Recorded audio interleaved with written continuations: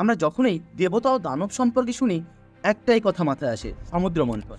সমুদ্র মন্থন এমন একটি সময় যেখানে দুই শ্রেণীর ভাই যোগ দেয় এবং একে অপরের সাহায্য নিয়ে কিছু কার্য করে।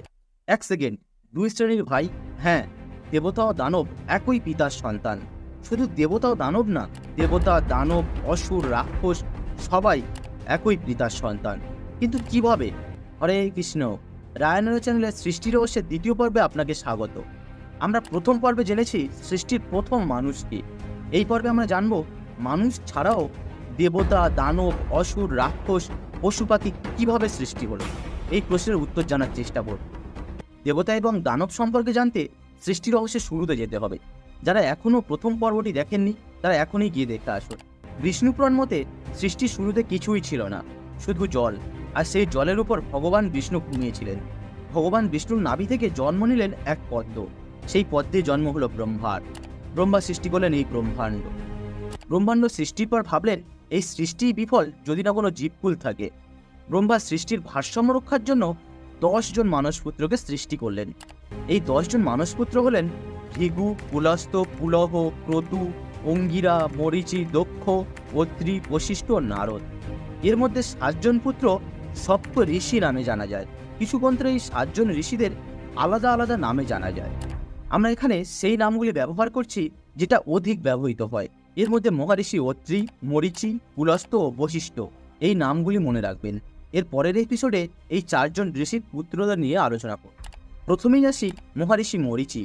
মহারিষি মরীচির একজন পুত্র কশ্যপ। ঋষি কশ্যপের দক্ষ প্রজাপতি 13 জন কন্যাকে বিবাহ করেন। এই 13 জন পত্নী হল অদিতি, দিতি, কদ্রু, দানু, অরিষ্ট, সুরাসা, সুরভি, বিনতা, তাম্র, ক্রোধাবশ, ইরা, বিশ্ব এবং মণি। এই 13 জন পত্নী থেকে 13 প্রকার পৃথক প্রজাতির সন্তান জন্ম নেয়। প্রথম পত্নী অদিতির গর্ভে দেবতা এবং 12 আদিত্যের জন্ম হয়। এরাই হলেন সেই দেবতা যারা স্বর্গে অধিষ্ঠান করেন। আর দ্বাদশ আদিত্য হলেন বিবস্রান, অর্জমা, পুষ্য, তুষ্টা, শোভিত, ভব, ধাত্র, বিষ্ণু, বরুণ, মিত্র, ইন্দ্র ও অংশুমান। দ্বিতীয় পত্নী দিতির গর্ভে দৈত্যের জন্ম হয়, যারা হলেন হিরণ্যাকশ্যপু, হিরণ্যাক্ষ ও হোলিকা। তৃতীয় পত্নী তনু 100 সন্তানের জন্ম দেয়, যারা দানব নামে পরিচিত হয়।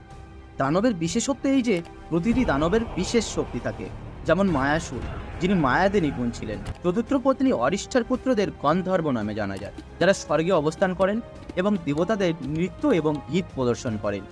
পঞ্চম পত্নী সুরাসার থেকে মায়াবী প্রাণীর উৎপত্তি হয়, এমন এক মায়াবী প্রাণী যারা মায়াতে ও জাদুতে নিপুণ ছিল। ষষ্ঠ পত্নী খাসা যক্ষ ও রাক্ষসের জন্ম দেয়। সপ্তম পত্নী সুরাসা থেকে গরু ও মহিষের জন্ম হয়। বলা হয় কামধেনু ও নন্দিনী সুরবীরই সন্তান। অষ্টম পত্নী বিনতা 2 জন সন্তানের জন্ম দেয়, অরুণ ও গরুর। এই গরুরই ভগবান বিষ্ণুর বাহন রূপে দেখা যায়, আর অরুণকে সূর্যের রথের সারথি হিসাবে দেখা যায়। নবম পত্নী তমরা 6 জন কন্যার জন্ম দেয়।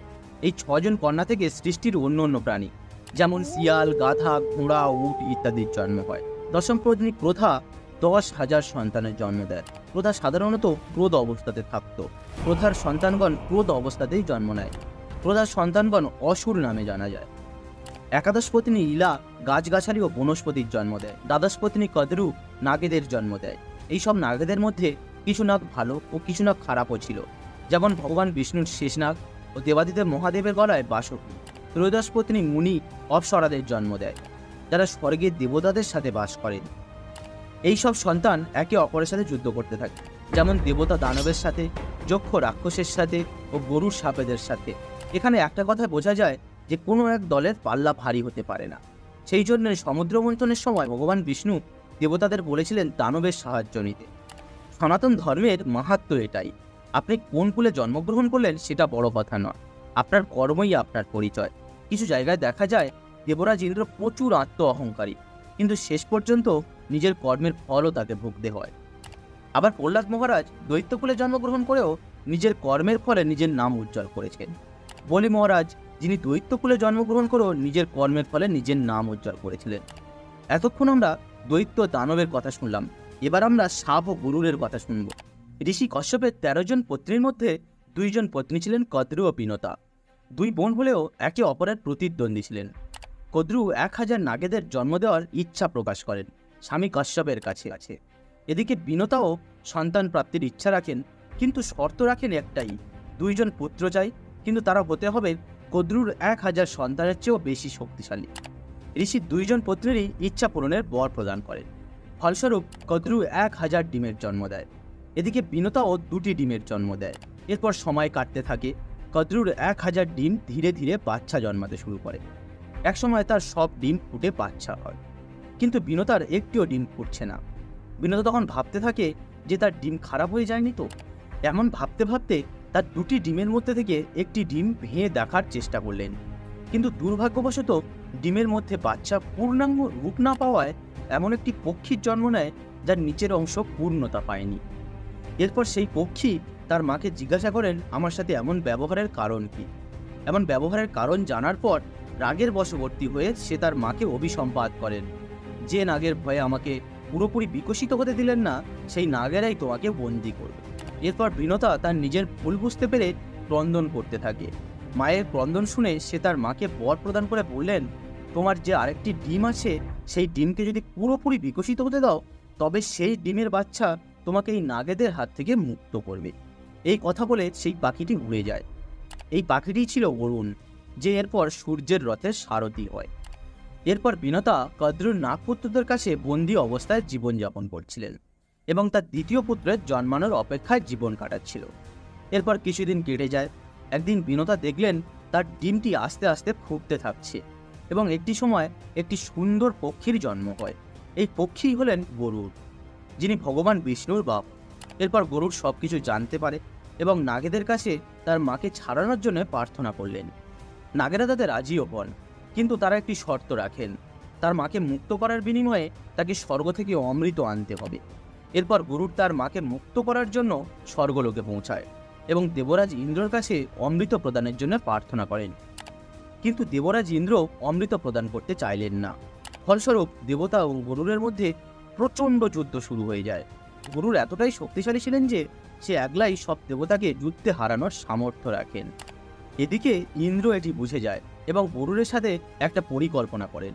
গরুড় নাগেদের কাছ থেকে তার মাকে বাঁচানোর জন্য অমৃত নিয়ে নাগেদেরকে প্রদান করবেন, কিন্তু তাদের অমৃত গ্রহণের আগেই ইন্দ্র তাদের থেকে অমৃত ছিনিয়ে নেবে। ইন্দ্র বললেন নাগেদের কাছে গিয়ে বলবেন স্নান করে অমৃত পান করতে এবং এই অমৃত কলস শুকনো ঘাসের উপর বসিয়ে রাখতে। গরুড় তেমনই করলেন। অমৃত কলস নাগেদের কাছে সমর্পণ করলেন। গরুড় তার মাকে মুক্ত করল। ইন্দ্র ও অমৃত কলস নিয়ে স্বর্গে ফিরে গেলেন।